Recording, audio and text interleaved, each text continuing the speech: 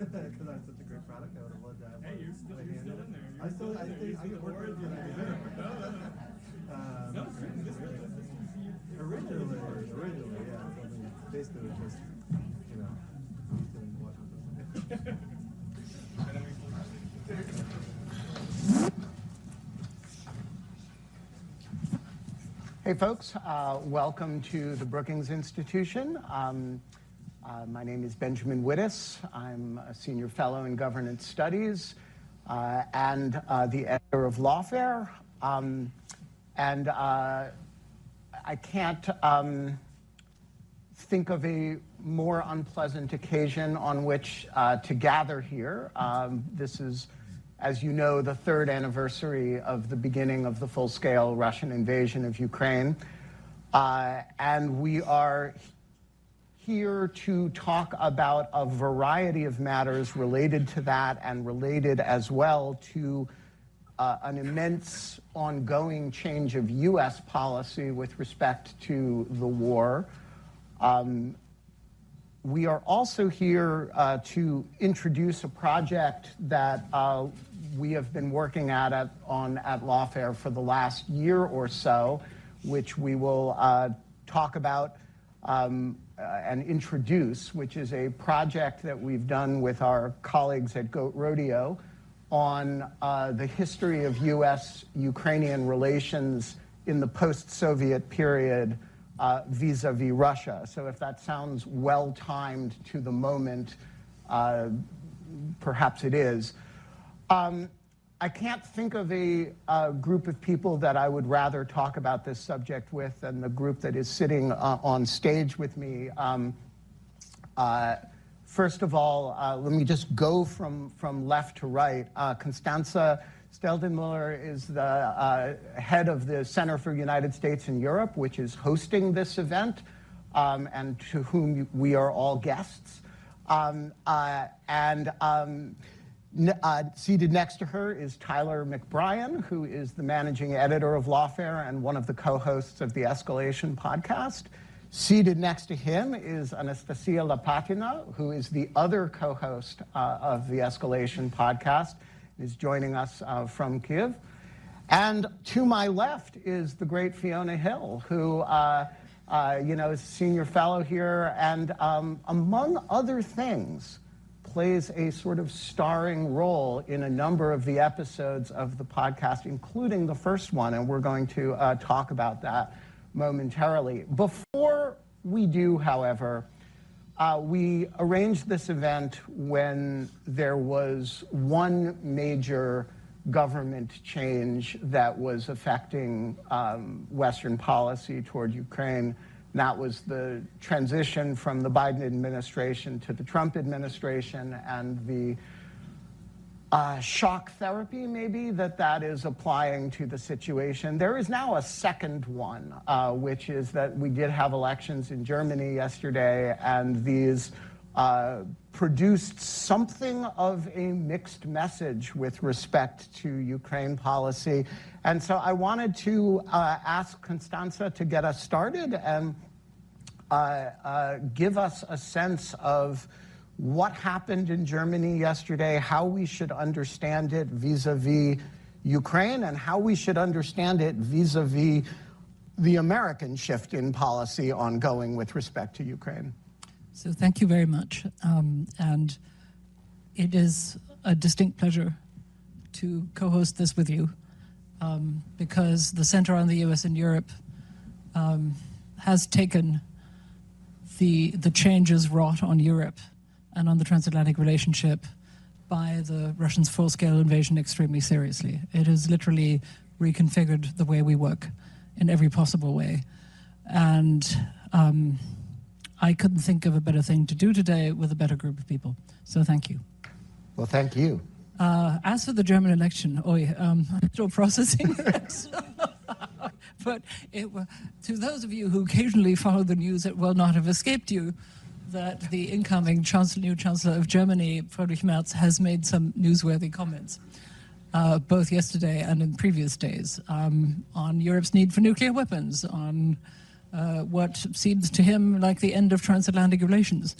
and so on. Suffice it to say that this is a chancellor who, in all fairness, like his predecessor Olaf Scholz, is deeply committed to Europe and also to the transatlantic relationship and the friendship with America, except that he's committed to the old transatlantic relationship and the America that he grew up with.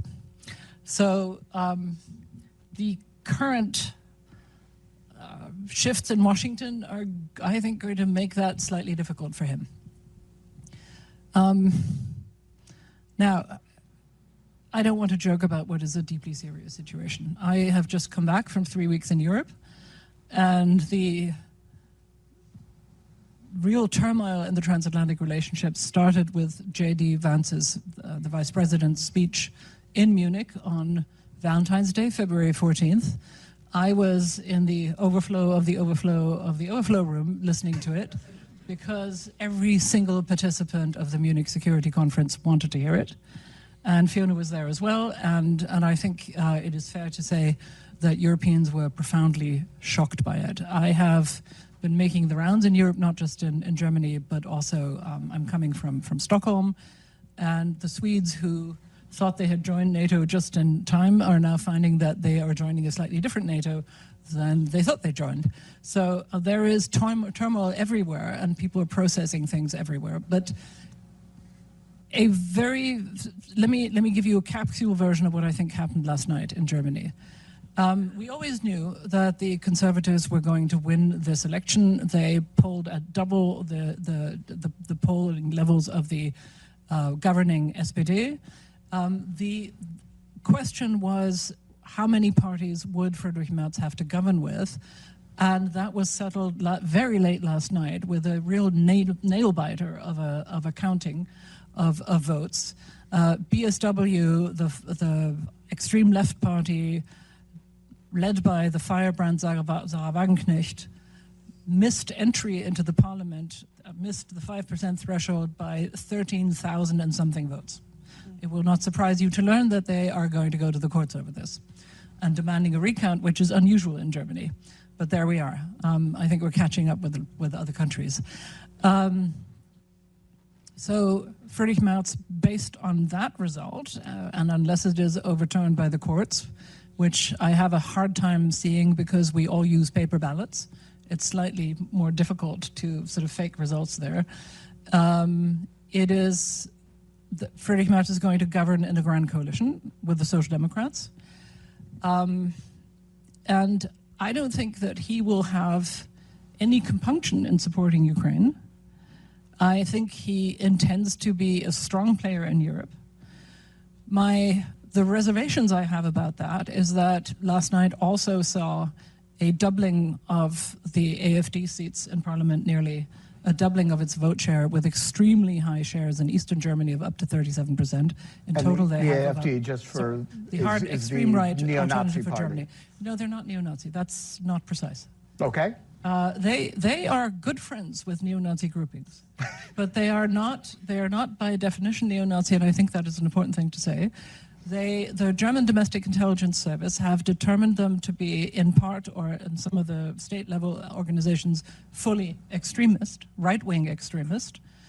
But they have been very careful in avoiding, except for some, fringe figures and one or two of their leaders, in avoiding actual Nazi language. Also, forgive me.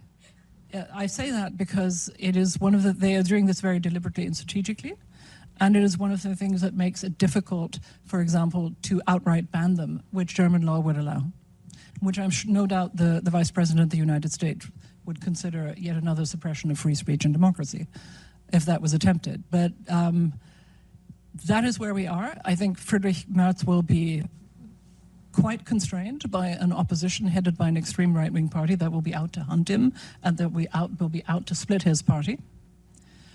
I think he will try to reach out to Europe. He will try to reach out to NATO. But I am going to put out there that ultimately I think he may end up being a transitional figure in what is going to be an ever more fragmenting German political landscape. And I'll leave it at that. All right. Fiona, you were also at Munich. Give us a sense of your impressions of where the United States is right now with respect to Ukraine and with respect to European interactions on that subject. Well, thanks very much. I would say it's great to be here today, but I guess for all of us it isn't really, is it? It's quite a depressing, as you said at the very beginning, anniversary and commemoration, especially for Anastasia and others who are from Ukraine itself. And I think before we, start to do this analysis, we just want to fully process, what Ukrainians have been through during this last 3 years. And I mean, this is an absolute tragedy for Ukrainians. I mean, it's one of the reasons that Anastasia and others are here. And we have to always remember the human side of this. And I just wanted to say that I listened to Vice President Vance's speech, standing next to Andriy Yatsenyuk, the former Prime Minister of Ukraine, who I happened to meet as I went into the overflow room of the overflow room. I'm not quite sure which overflow room I was in, but there were many. And I did actually try to attempt to intercede on his behalf with people who were guarding the main room to see if he could enter. I tried the old former Prime Minister of Ukraine routine for him, but it didn't work. So he was stuck standing next to me, and he literally turned to me and said he thought he was going to cry after hearing the speech. And this is obviously a kind of a man who's been through, quite a lot. So that will just, put things into perspective. There is a human side to all of this that we must not forget. And I want to, in a way, I'm going to answer your question, but I'm going to kind of flip it around a little bit, because it's what has the United States done to itself in the eyes of Europeans, which was really depressing to listen to. So I came to the United States in 1989, when there was a complete shift in the Cold War. And I came here with, I guess, starry, rosy eyes. I became a US citizen. I never thought that I would find myself in a position where I was listening to Europeans, and the UK used to be part of Europe, remember, before Brexit, and also, UK and other politicians talk about the United States as an adversary. And that was exactly what started to happen after the Vice President's speech. Because suddenly, it was as if a switch had been flipped. I was also standing next to a prominent member of the German Green Party, whose family were refugees from the former Soviet Union, who's extraordinarily well known. He said he was sick to his stomach. He never expected that the beacon, kind of a freedom and opportunity that everybody had looked towards from the kind of Cold War onwards was suddenly, basically lecturing Europeans about free speech, and also openly siding with, as Constanza has discussed, an extreme right-wing party. It was not something that anybody in that hall could have fully processed. Now, the Europeans also know that they have themselves, and this is kind of writ large, something to blame for this predicament and this state of affairs. So, like Constanza, I've been spending a lot of time going around Europe. 2 years ago, I lived in Germany for 5 or 6 months. Just after the so-called Zeitenwende, the period when the previous Chancellor Scholz realized that the world had changed rather dramatically after Russia's invasion. And it was also very sobering to see that there was a kind of sense of helplessness and paralysis in Germany over this, which, Merz is obviously the response to, in some respects, to those, Constanza says, a very fractured electorate. I've been spending a lot of time in the United Kingdom, my home birthplace. I still remain a dual citizen there. I've also just been in Paris, coincidentally at the same time that many of the European leaders showed up for a kind of an emergency meeting in the wake of the Vance speech. And like Constanza, Scandinavia, and all kinds of other countries in between. And there's a real feeling that the Europeans really mismanaged and wasted not just the last several years after the invasion of Ukraine, but the last decade plus since the Wales summit, where President Obama basically exhorted all of them to think about taking their own defence more into consideration and to all reach 2% spending of GDP. So that was 2014. That was coterminous with the first invasion of Ukraine and the seizing of Crimea. And now the realization has set in the kind of 10 years that they're 10 years behind, being really serious about their own defence. So that was also that moment where it became obvious that basically farming out your security to the US was no longer an option. And they've been told that nicely for quite some time. Now they were told in a rather brutal fashion, not just by Vice President Vance, but also by new Secretary of Defense Hegseth, that Europe is no longer a priority for the United States. And we've always thought, when we're looking at Ukraine, getting back to your initial question, as we got into a war of attrition, and some of you will remember this from earlier discussions we've had here at Brookings and all kinds of writings that various people have had, that the one way that you get a shift in a war of attrition is where the external environment has a major change. And this has been the major change, not, as many might have hoped, a shift in the dynamics inside of Russia, which has been a bit of a solid rock for the last 25 years and remains so. Putin hasn't really budged in terms of his worldview. But the shift has been here in the United States. The United States, as we all know, because we've been living in it, has been in a process of constant change for the last 25 years, going back to 9/11, the interventions in Afghanistan, invasion of Iraq, etc., etc. I mean, we have been literally all over the place. And finally, it's the United States that has changed. And in Moscow, the feeling is the United States has converged with Russia and with Russian views. And that's what shifted the entire dynamic. And so that's actually where we are now with Ukraine. The United States has shifted, and Europe has realized that if it wants to be serious about its own security, and also about a long-term settlement for Ukraine, which is essential to European security, then they need to change as well. And that's going to be the big question as we look ahead. We have President Macron of France coming into town today. He may already be here. He's not joining us, as I learned, for our he's for our welcome session. on the stage. Yeah, it would be great to hear from him, but I'm sure we'll be hearing plenty from him. And we've got Prime Minister Starmer of the UK coming in on Thursday. And the writing is very much on the wall for everybody that Ukraine's future is also the future of European security. And the Finns and the Swedes, who did join NATO, also joined precisely because they realized that you need to have a new look of European security. And the Finns, let's just remind ourselves, are actually all ready to go. They're probably one of the best equipped, most battle ready at all times militaries, because they had the Ukraine experience back in the beginning of World War II, when they were invaded also by the Soviet Union and had to fight them off all on their own. And they've never, basically lost that dynamic and that importance. So I think, but it's a really consequential time today where every chicken has come home to roost. Yes, thank you. I want to pick up on something you said at the beginning, which is that we have to not forget the personal tragedy and experience of Ukrainians in this conversation. And so, Nastya, I want to ask you to tell us two stories.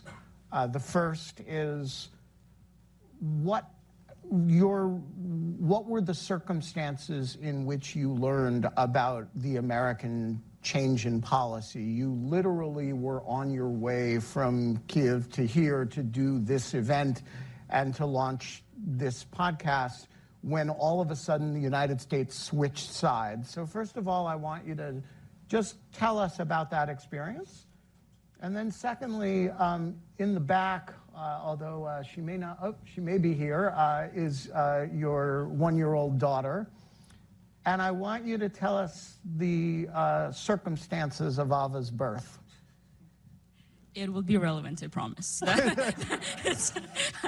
The details may not be important. We'll admit the gruesomeness of it all, but thank you, and thank you for arranging all of this. It's amazing to have an opportunity to speak about it all. So, yes, when I don't think Trump decided to flip a switch. When a bunch of Ukrainians realized who he actually is, that's more like it, I was somewhere between the 3 trains and 2 planes and the 4-day-long travel from Ukraine to here. And I couldn't help but think that, like, my whole life I've had an image of the U.S. as this kind of, standard of what is right and what is good. And when the Revolution of Dignity happened in Ukraine, I was tiny. I was 12 or 13, and that's sort of like, since then I have conscious memory of my life and what's right and what are my values. Yeah, it's 2014. Yes. And since then, I've always known that like this is who we are as Ukrainians. We align ourselves with the West. We look to the US for guidance. We look to Europe for guidance. This is what's right, and what's on the East is very, very wrong, and we never look there. And so I'd always joke that like we don't mind American meddling, you know, when some of my more leftist-leaning friends, you know, would accuse the U.S. of neocolonialism or something when it comes to Ukraine. I'd be like, we actually love it. Like, please come and clean everything up. Like, get rid of corruption. Like, get involved. Like, and many people who joke about this because, you know, the alternative for us has always been Russia, right? Because the geography really messed us up. We're really stuck in there, in between two sides, and so this whole image of the U.S. as this barometer of what's good and bad, it really shattered for me in the last week. And I keep saying, I keep hearing people say that there is no going back, that this damage that Trump has done is kind of irreversible, and you will explain to me later whether that's true, you know better than I do. But that's just like really depressing, because now I feel like, you know, the US is sort of gone and doing whatever it is that it's doing. Europe isn't really doing anything. And as one friend of mine put it, it would be nice if Europe was a thing. Like, that would be helpful. So that's certainly how Ukrainians view it, because Ukrainians, and we'll get to that, have had bad experiences with the US over history and with Europe as well. And so we now really feel like we're once again just like left on our own. And it's really not a position that anyone should be in. And we now don't even have a standard like of institutionalism or of values and liberty. Like, we're now being accused of being a dictatorship, which is laughable, right? And so there is this just like prevailing feeling of disappointment that everything I've always thought of as right and good connected to the US, like it's all shattering kind of in front of my eyes, and it affects the entire country. So that's just really depressing. So the spicier story about how I was birthed. So my daughter, she's sleeping, thank God. She's very much cooperating with this event, and I'm grateful for it. She was born on December 31st in 2023. And, you know, that's already crazy enough. The whole thing is crazy enough. What's even crazier is that the next day after that, Russia launched one of its biggest ever aerial attacks against Ukraine. I think it was January 1st or January 2nd. So at the time that, you know, we were still at the hospital, we haven't checked out and left home yet, at 5 a.m. at some point, there is this massive attack. I mean, it's like almost 100 drones or something. I may be exaggerating, but it was really big. At that point, it was called one of the biggest attacks in years. And so it was just incredible, right? Because I mean, we were fine. We were all taken to this underground shelter with dozens of very pregnant women. And I was only like very thankful that I've already, you know, got her out. So I don't have to go through that experience in a bunker. So, you know, that was helpful. But I distinctly remember the feeling that me and people around me, other moms with like 1-year-old babies, we weren't scared because we've been at this for years at that point, and we've lived there since the very beginning. We were just very annoyed. There was this like frustration that like we really shouldn't be dealing with this, like in any circumstance, but especially right now. And I really didn't spot fear in people's eyes. It was more of like, okay, like when is this going to be over? Like, can we just go and like have a life and you know, and take care of our babies? And I think it's so tragic that those were the emotions that we're feeling, because that means that like we're all, not all, I can't speak for all, but a lot of us are pretty much numb at this point, because we see this gruesomeness and this tragedy every single day. And at some point, unfortunately, even though I'd prefer that we kept feeling, you know, the strongest empathy and the strongest sense of loss, at some point, something in your body on a biological level just adapts, and that just becomes a part of your life, and you end up being in interviews with Iranian drones flying around you, and you're not going anywhere because God bless American air defense, you know, and you know you'll be fine, most likely. And you just keep on living with it, and people tell you, you know, stay safe, and you don't even know what that means anymore, because that's just your reality.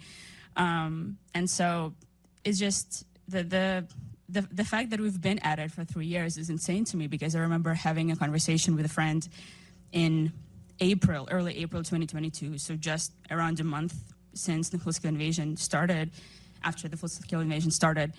And I was in Lviv at this time, a city in eastern Ukraine. And I wanted some of my friends to come stay with me. And they fully seriously told me that they don't want to leave Kyiv because they want to be there for Victory Day. And so my friends didn't come because they had this distinct feeling that they were on the precipice of this historic moment, right? They were ready to march through Hrishatik in their vishvankas and flags and celebrate it. But now it's 3 years later, and I'm, sitting here, and we're going to talk about how our biggest ally is turning into something of an enemy. And so, that's, I guess, is where we're at. So I just want to say, if that sounds dramatic, Nastya is actually understating it. I woke up that morning to a set of texts from her, which I think I still have, that this was January 1st, 2024. And the first one said, the good news is I have a beautiful baby girl. The bad news is I'm in a bomb shelter under the hospital with a whole bunch of laboring moms. And you don't know what to think, because on one hand, it's a hospital.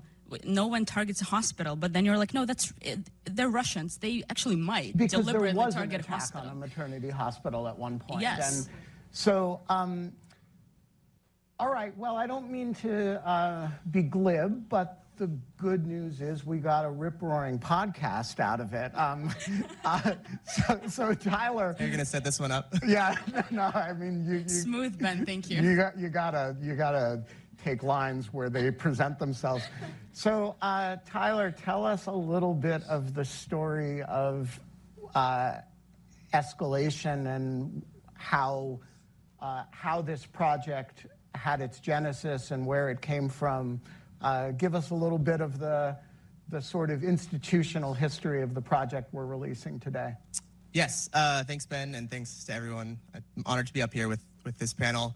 I think the past 3 weeks especially have been a bit of a proof of concept for escalation, to say the least. This podcast started, I guess 3 years ago, you could say, with the full-scale invasion. And about a year in, maybe, I had joined Lawfare as managing editor. The biggest story in foreign policy in the world at the time, and in many ways still is, Russia's invasion of Ukraine. So it just seemed like, on the one hand, an obvious choice to think about how we could tell the history of the U.S. and Ukraine and how to explain what we were seeing. I am certainly no Russia expert. I'm no Ukraine expert. So it's not surprising that I was surprised at the full-scale invasion, but I got the sense that even people who have been watching this closely were also surprised. So we wanted to answer that question. Around that time, I believe, Nastya had been doing amazing reporting for the Kyiv Independent, and Ben was hosting a show called Live from Ukraine, and Nastya had joined one of those episodes. And what was really important, I think, of that show was to get a sense of what it was like for Ukrainians in Ukraine at the time. I think this conflict especially has been the victim of a lot of misinformation and revisionism. And so a podcast that really lays out the history of the U.S.-Ukraine relationship, we felt was so important to set the record straight. And I'll just say one more thing, that working with Nastya over the past year, I think you got a good sense of how it was a really healthy dose of perspective every time I was maybe feeling tired and trying to finish up an edit or something. And it was quite humbling then to have someone on the other end of Zoom who is 8 years younger than I am, has an infant, is under bombardment, is in an air raid shelter. And I think that's also what we're trying to do with this podcast, is really drive home what this experience is like and what the stakes are. So I want to, one of the key voices, perhaps the key voice in the first episode, is Fiona, who tells this incredible story about that I think most Americans have, if they ever knew of, and I certainly did, at one point because I lived through it, but I had completely forgotten about it, which is how reticent the United States administration was about the idea of Ukrainian independence to begin with. And one of the themes that we've been exploring in the podcast is this recurrent cycle of American policymakers not being as fully on board for the idea of an independent Ukraine as they later imagined themselves to have been. And a lot of these episodes seem to involve European cities that begin with BU. But this one actually involved the president going to Kyiv and making a speech not quite against Ukrainian independence, but almost against Ukraine. I'd say it was against. Just saying. It was certainly not for. And so, Fiona, take us back. You have this incredible line in the first episode where you say, you know, I graduated from my master's program, and then the field that I was in went out of existence a few months later. But tell us the story of President Bush and his speech to the Ukrainian parliament. You know, I'm catching the eye here of an old colleague of mine, Marcia McGraw-Olive, who will remember all of this very well. We worked together at the Eurasia Foundation. You know, back in the early 1990s, it kind of kicked off thinking about this new transformed landscape after the collapse of the Soviet Union. But yes, I did a master's in Soviet studies, which soon became history, and I did a PhD in history afterwards, thinking I needed to rapidly retool after I got my degree in the June of 1991. At the same time as Edward Shevardnadze, the last foreign minister of the Soviet Union, was getting an honorary degree in the same ceremony and was looking very perplexed, you know, sort of sitting on the stage. And he was soon to be the first president of an independent Georgia. So, I mean, this is taking us back, you know, a long time to 1991, because by the end of that year, the Soviet Union had, it hadn't really collapsed, actually, and that's actually something that's also very important to remember, that it got picked apart by some of the elites at the top, including Boris Yeltsin, the first president of an independent Russia, because they wanted to get rid of Mikhail Gorbachev, because they needed a reconstitution, a reform, a revamping of, it sounds a little familiar about where we're sitting at the moment, of the Soviet system. And the heads of the republics of Russia, Belarus, and Ukraine got together to basically dismantle the Soviet Union, intending to keep together in some part. But before that, as this starts to kind of move through the whole system towards this amazing and really kind of dramatic set of events, George H.W. Bush indeed goes off to Kiev and starts to make an appeal for, you know, the guys to keep the band together. And I mean, it's very interesting to think back on this. Next year, of course, is our 250th anniversary of the US's own independence, sloughing off the Mad King George and the United Kingdom. And it's quite remarkable to think where we've come in 250 years if we start to think about what that anniversary is going to look like next year.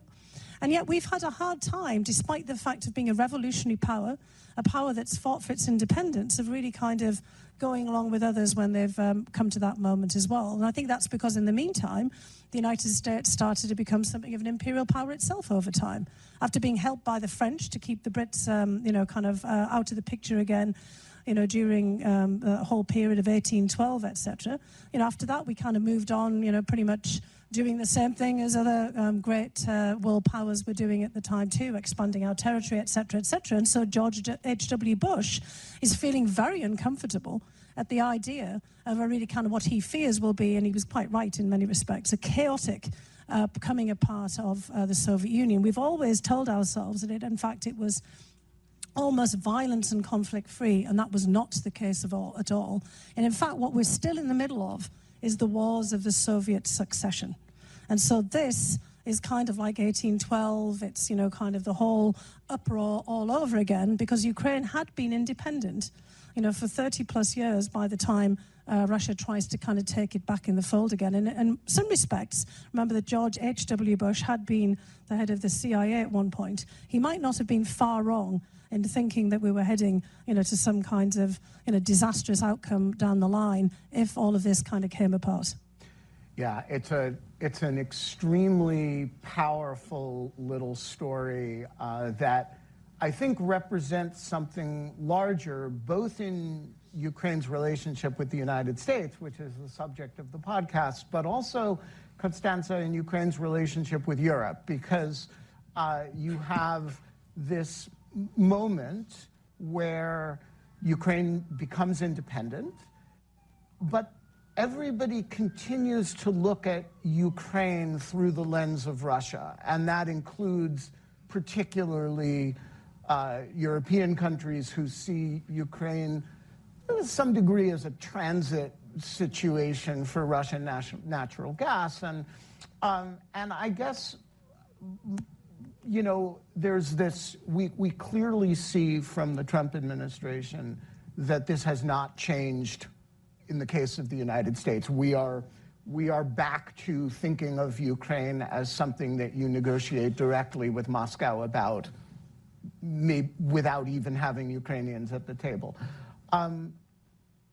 Has Europe learned the lesson that we clearly have not learned? All right. I knew when I signed up for this that I was going to be the damn European on this panel. No, you're the blessed European on the... Are you kidding? That's all right. It's all good. Look, I think there is a lot of fair criticism to lob at Europe and at Germany over its behavior in the past 10 years, including the fears of the Scholz-led coalition of escalation, right? That said, I do think that circumstances have changed completely. The other place I went to before the Munich Security Conference was Brussels. I spent 3 days running around NATO, the European External Action Service, and the European Commission. And I think, you know, well, before I get to that, I want to perhaps say something slightly more personal, because Anastasia, like you, I was a reporter for a long time, and my time as a reporter began in the years after the fall of the wall. But because I had trained as a lawyer and as a human rights lawyer, my paper said human rights stories, Rwanda, the Balkans, Afghanistan. So I spent a lot of time covering war crimes and finally war crimes tribunals, and I am angry every time I read about Russian bombardments of Ukraine. I wake up angry every bloody morning and I go to bed angry about this, right? This is not okay, right? And I think I can tell you that many of my fellow Europeans and people in my field feel the same way. A visceral, profound anger at Russia. There is no going back for my generation, right, to a comfy relationship with Russia that goes over the head of a country that has been attacked and is attacked every day. I want to make that very clear, okay? I also want to say, Anastasia, that if we are completely fair, some of those air defenses that are protecting Kyiv right now are Danish and German.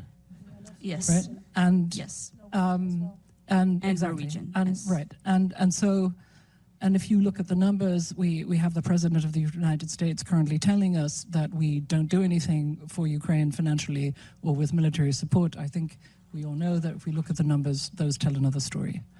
And Sweden just made a major commitment. Yeah, over and the the Danes and so on. I mean, and I will say the other thing here that's operating here, apart from profound anger, right, about what is being done to Ukraine, and the lies being told about that in Moscow and elsewhere, is of course and in Washington now. Why don't you just let me put it my way? The other thing that, of course, is motivating Europeans is a very real, very visceral fear about the degree of Russian disinformation and sabotage in Europe and in Germany. There was especially an amount of meddling in the German election that we have not seen, I think, since the Cold War, and maybe not even then. And the intelligence services across Europe, but also in Germany, even in Germany, I should say, because they were long very reticent about this, have been extremely forthright in calling this out and attributing it immediately. And I think the Russians have stopped bothering trying to hide their signatures. The people I met in Brussels were working day and night. We're working day and night to cobble together support for Ukraine. We're working day and night to cobble together additional money for European defense. And we're working day and night, and literally, I mean, one of my meetings started at 9:15 in the evening, not in the morning. And so, let me perhaps end on a point that is easy to, it's easy to say that this is all performative, but the entire European Commission and its leadership and the leader of the Council and 13 heads of state are today in Kiev to mark the anniversary. That has to turn into policy, right? That has to turn into money. That has to turn into more weapons. But I think it would not be quite fair to say that that's not meaningful, right? All the people that I met meant it deeply, and I think my generation knows that this is the conflict of our lifetime and that the future of Europe depends on its resolution in favor of Ukraine. I'd just like to add something important to what Constanza said here, because although it might not feel it from the United States, and the further obviously you get away from Washington, D.C., it definitely doesn't feel it. And over the last 3 years, I've spent a lot of time going all the way around the country talking to audiences about why Ukraine actually is relevant for the United States, not just because of Ukrainian Americans, but because of actually the dependence that America has had on the larger international system that was really rooted in the transatlantic alliance, and how we've actually prospered from it over this time. And again, we've kind of forgotten all of that as time has gone on. I mean, in the UK, they forgot about why Europe was relevant and, very blithely voted for Brexit, for example. So it's not unheard of to kind of, lose the plot over time and forget about where things are. But in Europe right now, people know that they're under siege from Russia all the time. So as we're sitting here talking, an inquest has been going on in London about the death of Dawn Sturgis. It's not probably a household name here, but I'm sure that some of you know who she is. She is the woman who, very unfortunately, was killed by Novichok from the bottle of perfume that the Russian GRU, the military intelligence, discarded in a charity donation bin that her partner found and brought home, and they spread this perfume on each other, discovering, in fact, that it was a deadly weapons-grade nerve agent that had just been used to poison a former Russian spy, Sergei Skripal, and his daughter Yulia in the town of Salisbury. Now, the only reason this was uncovered is because the UK has a facility near Salisbury, Porton Down, where they, a bit like we have in Frederick, Maryland, where they can do testing for nerve agents, biological and chemical weapons. So only 8 countries knew that this Novichok even existed. So it was by chance that this, actually happened there.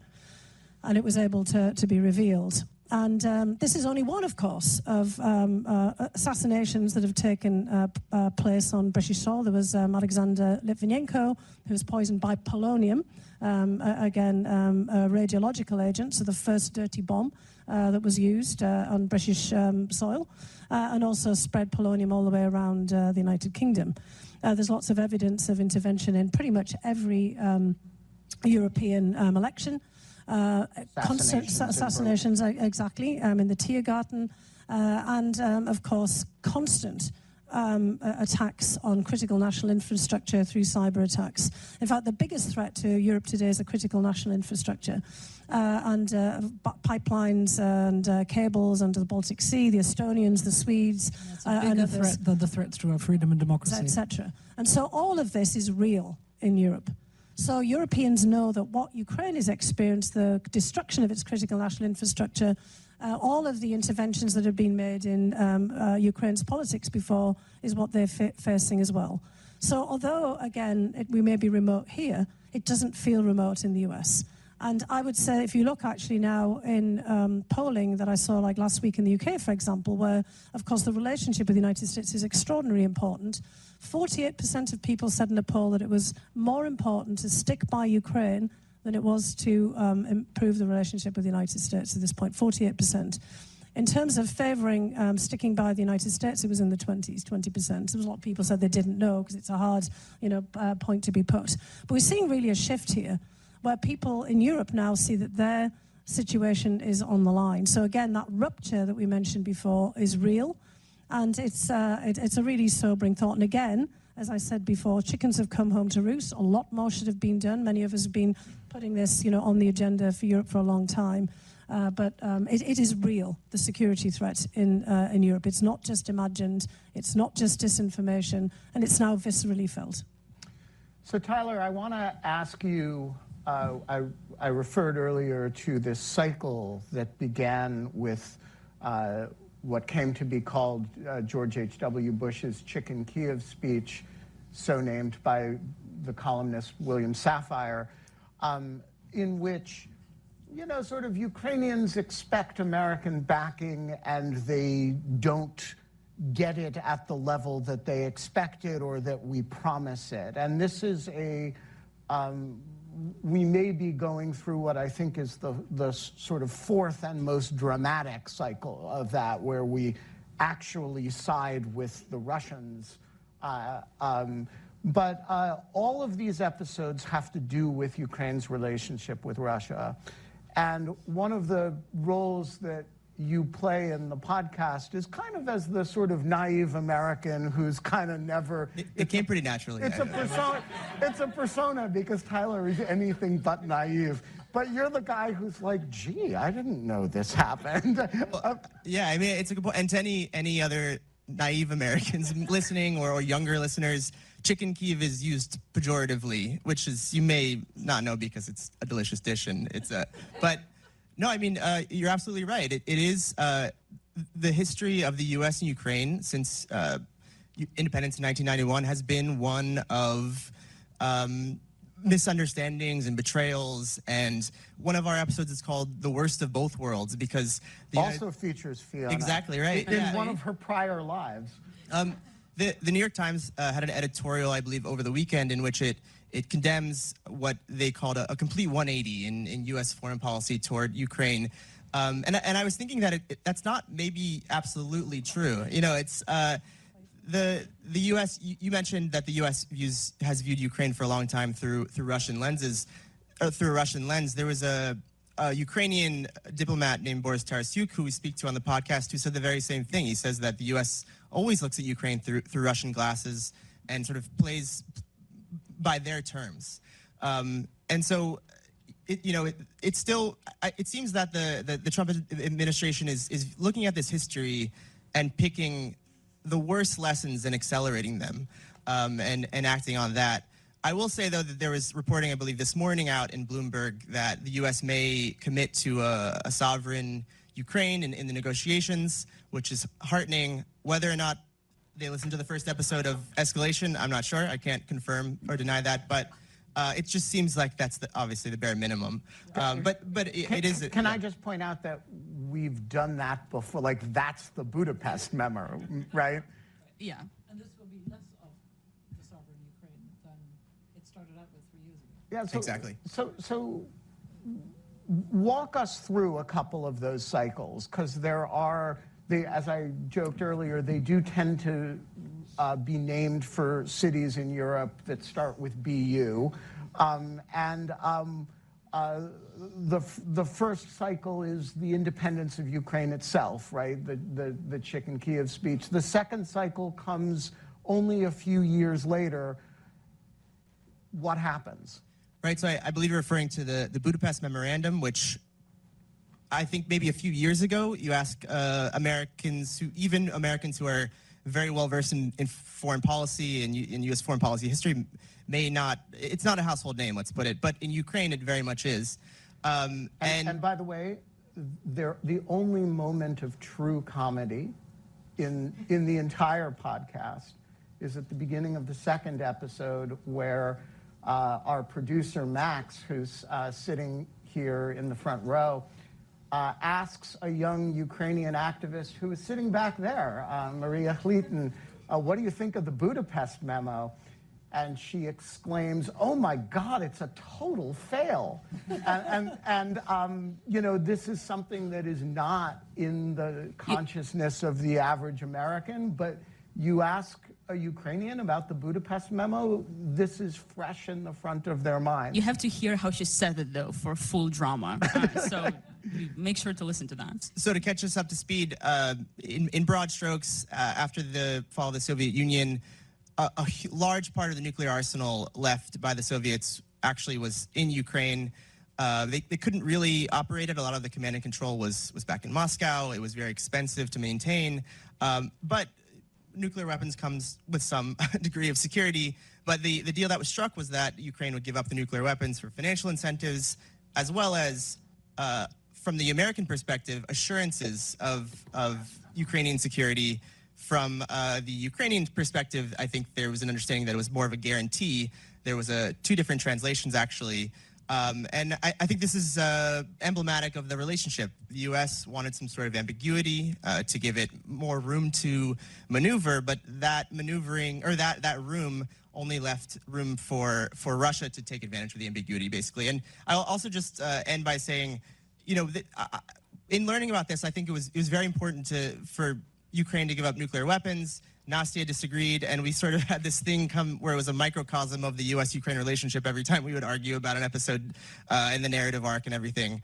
But I think the Budapest memo is a great example. Yeah, so one of the striking things about that story, when we talked to diplomats at the very senior levels, when we talked to people who were literally, in one case, my sister's college roommate, who was a 22-year-old diplomat at Embassy Kyiv at this time, is how guilty they feel about the Budapest Memorandum. And, you know, there's actually sound from Bill Clinton talking about how much he regrets it. It's a remarkable thing that I learned from the reporting of this, which is just how many people have regrets about what we did in that context. Fiona, there's another city in Europe that begins with BU, another European capital that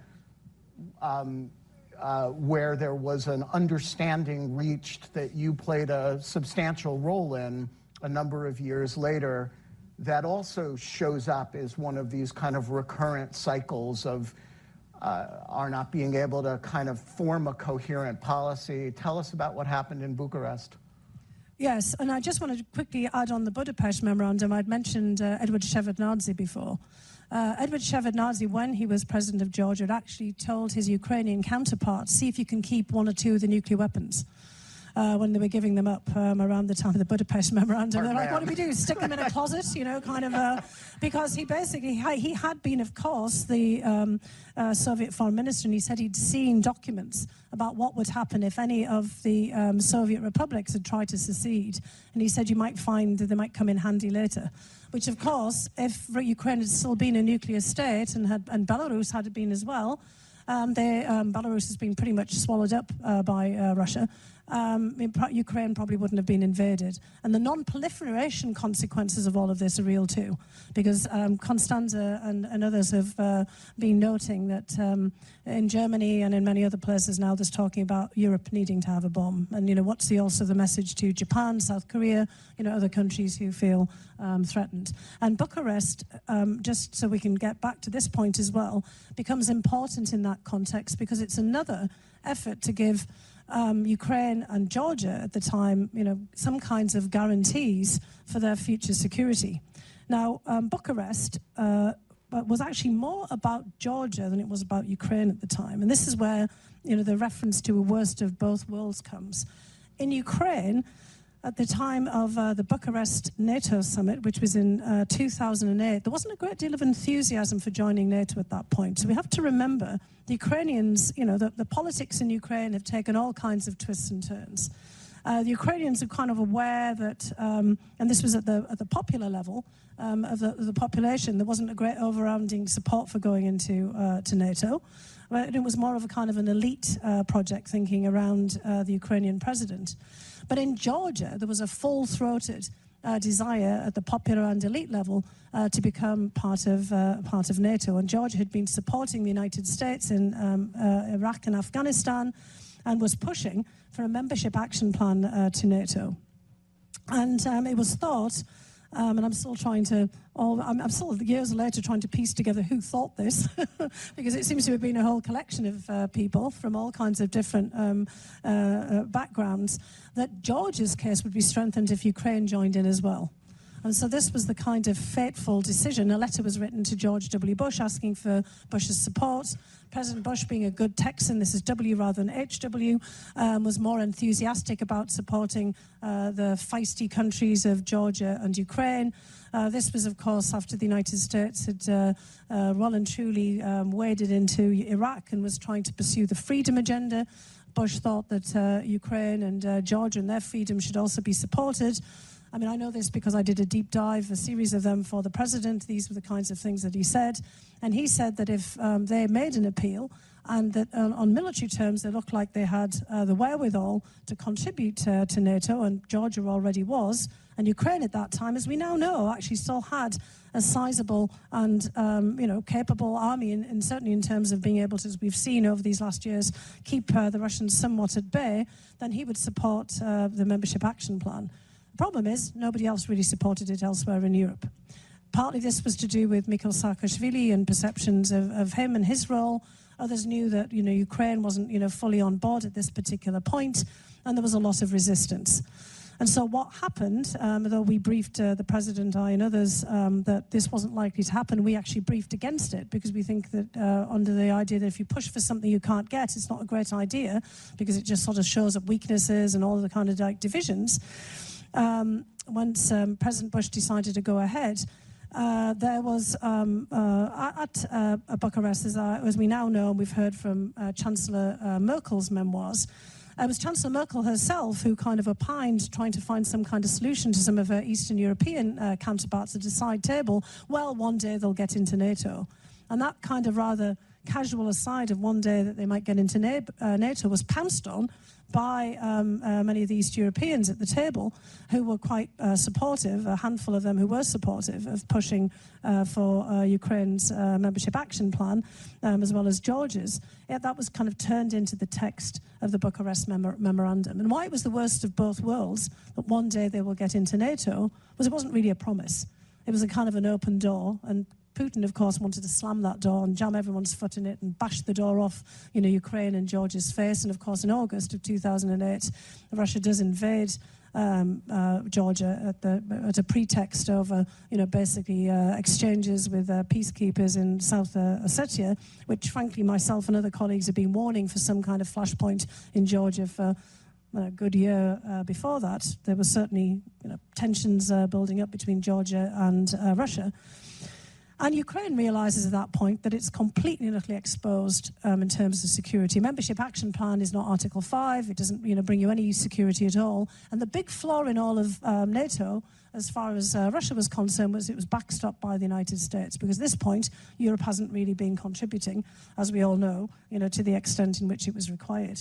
So all of this comes down to a single point of failure in NATO at this point, which is the United States' willingness to kind of really backstop Article 5. And from then on, Putin's trying to test whether the United States is actually willing to, in fact, defend any of its allies, because it knows and finds out pretty quickly, certainly not Georgia, and later on in 2014, certainly not Ukraine. Constanza, did you have something to? Well, I just wanted to point out, since Fiona mentioned proliferation, right? There's been in my view, intellectually rather academic debate about nuclear weapons, just in case the Americans, for one reason or another, decided to pivot to Asia. And that academic debate has just gone live, with comments by the incoming chancellor before the election saying that and in response to the speeches by Secretary of Defense Hegseth at NATO and at the NATO Ministerial in Brussels, and then by Vice President Vance in Munich, that Europe was going to have to develop its own nuclear deterrent, that would mean that the French and the British deterrent, which is per se not enough to replace the American deterrent, would have to be expanded, and Germany would have to somehow join in that. I cannot overemphasize what kind of a sea change that is in the politics of my country, right? That used to be an absolute and complete taboo, and we are in fact signatories, right, of the Non-Proliferation Treaty. But I think that what we are seeing here, coming out of this White House, is taking the lid off of many things, including of proliferation worldwide, right? I think that is, and I do not need to describe to anyone the escalation risk inherent in that, right? We have similar debates in Asia, namely in Japan and in South Korea. And I will say that I was at a dinner at NATO before the Munich Security Conference, where an Eastern European said, well, we're going to have to get nuclear weapons too. That is where we are, and that's not a good thing. And let me end this by saying, I personally feel, not only do I think that that is ill-advised, but it is of course a response to the fact that Russia has successfully employed the threat of nuclear weapons use in its invasion of Ukraine, and that has served as a significant deterrent against escalation by both the Biden White House and the Scholz Chancellery. So you can understand the political mechanics of this. But the truth is that that discussing a European nuclear deterrent is in many ways a distraction from a much more urgent issue, which is our conventional deterrent deficiencies, and the need to dramatically increase our defense industrial production and defense spending. So I just want to point out that there is a NATO summit in The Hague this summer, and there are a lot of extremely urgent questions hanging over that summit. And you can see from the calendar of EU emergency summits that is now beginning on March 6th, the Council, then a European Union summit, and in the third week of March, I think you will see a ticking up of news out of Brussels and out of Europe on developing an independent deterrent of whatever kind. All right, we're going to go to audience questions momentarily. If you have a question, flag for me. If you do not formulate your question in the form of a question, or you prattle on, I will cut you off with a shocking lack of due process. Please do wait for the mic. And while we are, he who moderates most aggressively keeps the show going. While you wait for the mic, I want to ask Nastya one more question, which is, in this conversation, we have focused a great deal on American follies and betrayals. But, in the podcast, we actually spend a bit of time on some Ukrainian follies, and Fiona alluded earlier to the politics of Ukraine being a little bit all over the place. So as a Ukrainian who was not born when any of that happened, some of it, some of it was more recent. Tell us a little bit about the experience of looking back on Ukrainian history in the course of doing this work. That was actually extremely fascinating for me because, as you said, a lot of it I haven't lived through. But I was walking into this show with, being aware of the responsibility of, spreading Ukraine's message. And that's why we have an American co-host and a Ukrainian co-host. I had to make sure that Ukraine's history was written right and given justice. So we covered a lot of extremely important topics that are underreported or that Western audiences don't understand. Like, for example, we spend a great deal of talking about language politics because everyone is utterly confused about it. So we had to explain it. But yeah, there were moments where it was very uncomfortable for me and also quite eye-opening that actually it's not just evil Americans who messed it all up. And I mean, I'm exaggerating, of course. I always knew that's not the case. But it was very interesting to see that Americans and Europeans had their great deal of problems, but also very often the Ukrainian government has messed up badly again and again. And we really made ourselves look unreliable, corrupt, and often a lot like Russia as well. And so that was very interesting and very important for me as well to, hi, baby. And so it was very important for me to, of course, be as objective and as truthful as possible, you know, and to put my Ukrainian hat off and my journalist hat on. And I'm proud of all of the work that we've done, and I think it's going to be amazing to see that each issue that we've covered, each summit, each city, each event has these two distinct viewpoints of it and kind of two roots from the American and Ukrainian point of view. So I really hope all of you enjoy it. So we have a lot of people who want questions. So please keep questions brief. And if you can direct them to an individual, that would be great. Sir. Michael Lasher, I'm with The Insider. This is probably for Fiona and Constance. The United States government was in possession of at least an approximate Russian invasion plan in October of 2021. The Russians knew we had that plan because Bill Burns went to Moscow and told them.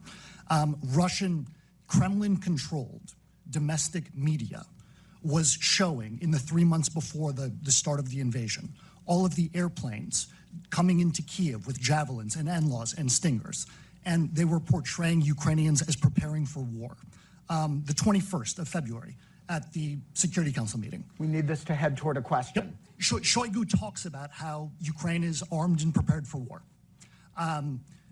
And on the evening that the Russians are actually sent in, the soldiers are woken up in the middle of the night, they're stripped of their cell phones, they don't even see Putin's announcement of the special military operation in which he calls Ukraine a hostile anti-Russia pumped up with modern weapons. Okay, we need a question. Does anybody think that was weird?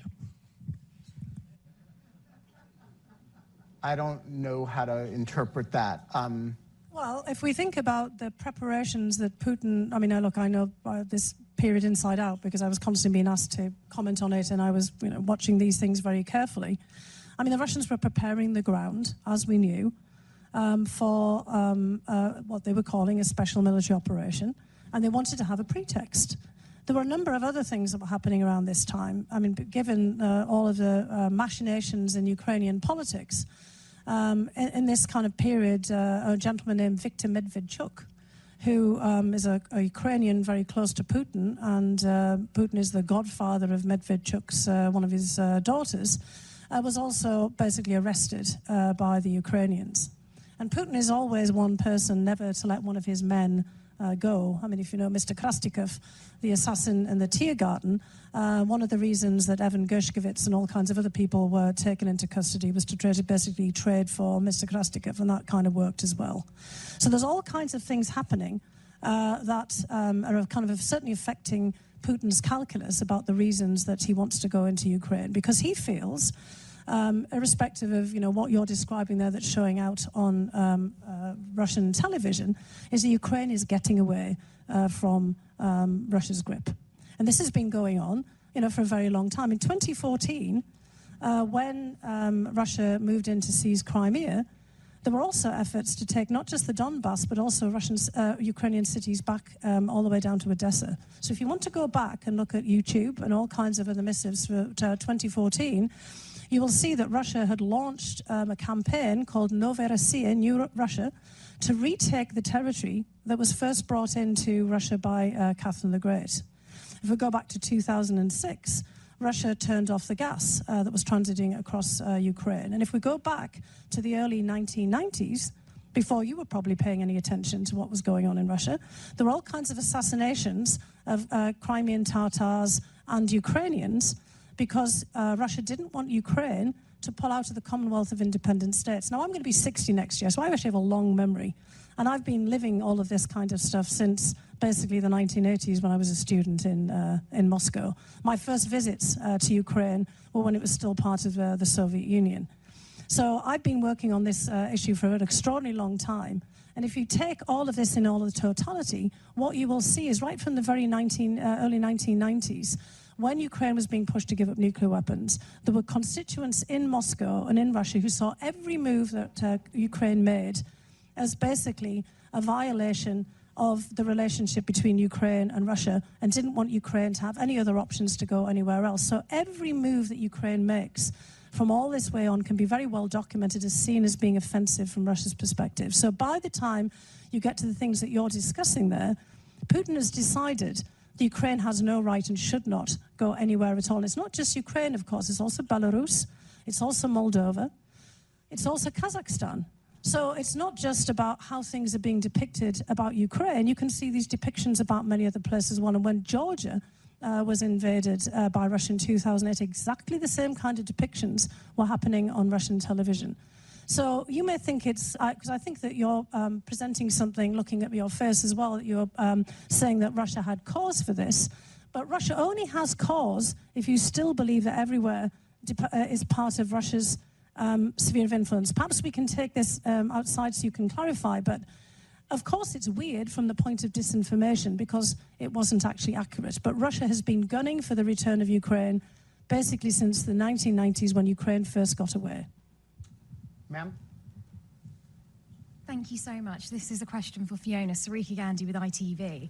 What would be your advice to UK Prime Minister Starmer when he is approaching those conversations concerning Ukraine later this week?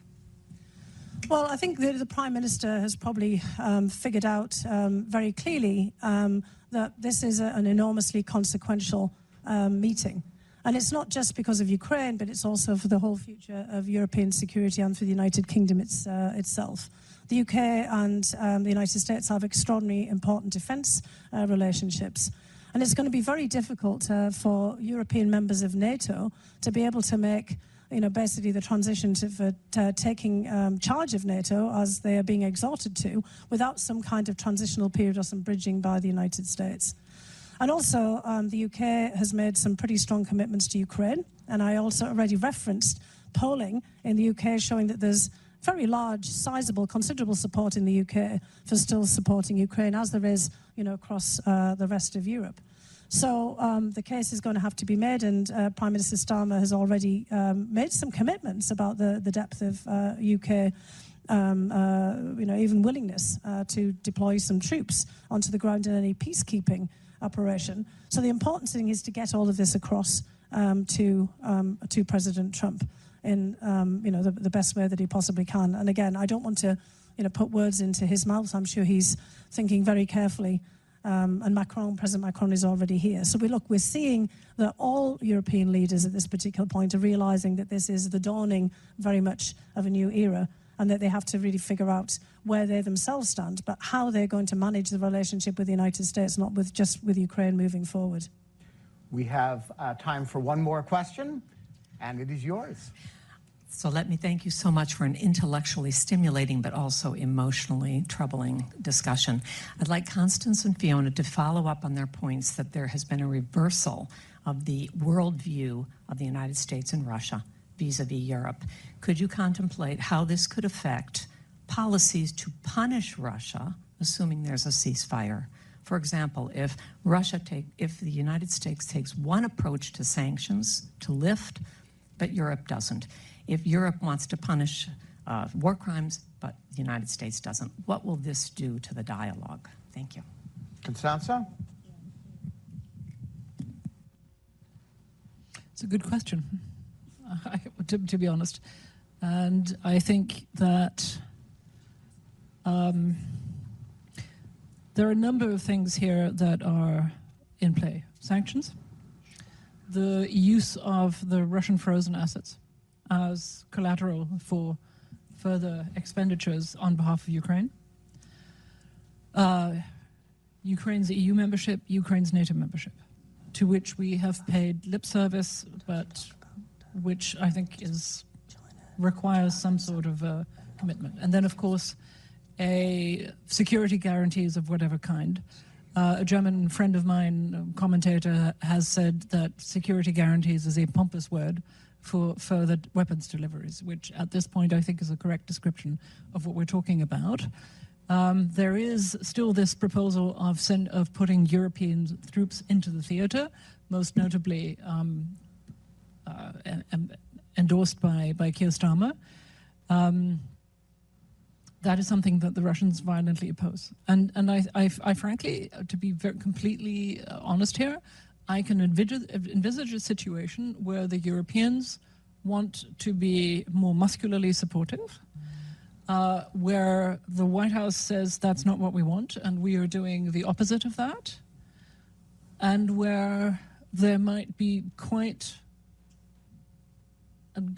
unpleasant conversations between the White House and individual European countries on whether it was advisable for us to do what we're trying to do. And I'm not sure, I think that will then be another sort of very decisive moment for the transatlantic relationship, which, like the German Chancellor, I have grown up with, and which every German has a sort of, all Europeans like to say that they have a special relationship with America, right? I think arguably German feelings about America, which was a benevolent occupying power for West Germany for more than 40 years, and then midwifed not just the reunification of Germany, but the creation of Europe whole and free through the enlargement of the EU and NATO. This is very hard for a country of 80+ million Germans to digest, that this is no longer a benevolent relationship. But this appears to be, I would not call America an adversary or an enemy, but what we are certainly seeing is hostility. Fiona, you get the last word today. Well, I think one thing for us all to bear in mind as well, that Marshall also gets to your question, is that this is actually a global conflict. And we haven't mentioned that, and now we open up a whole door as we're kind of closing the session.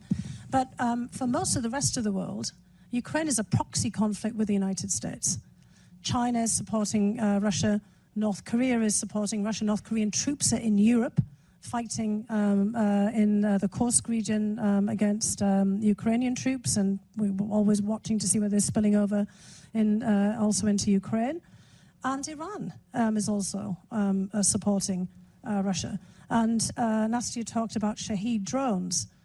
Shahed is obviously the Iranian word for martyr, and Iranians are helping to construct drones on a mass scale in Russia, because the Russians don't have the capability of doing that themselves at the moment, with so many people at the front for this conflict.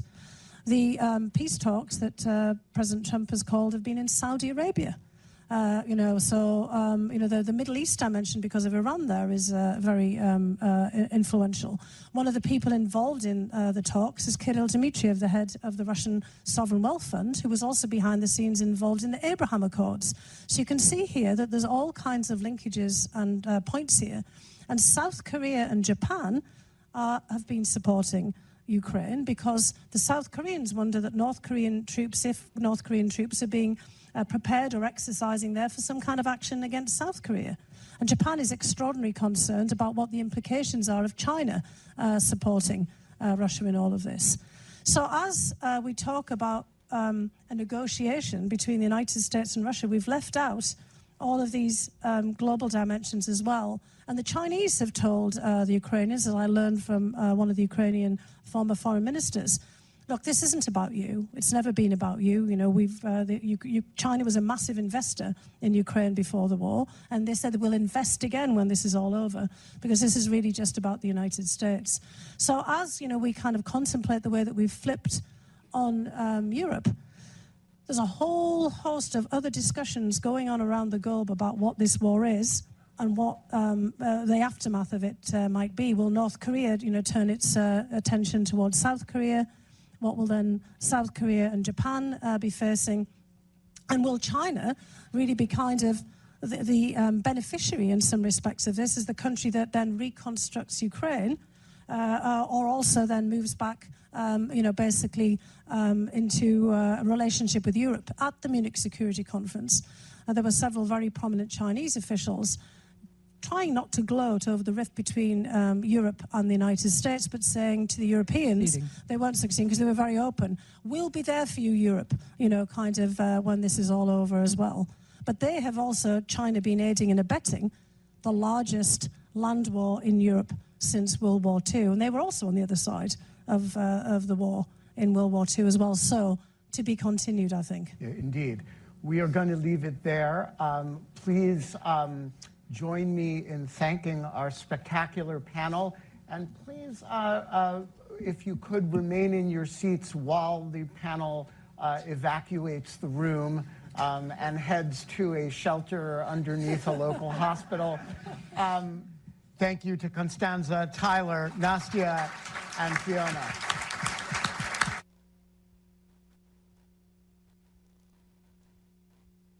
Is Escalation, and you should all download it. The first episode is now available. Thank you for coming.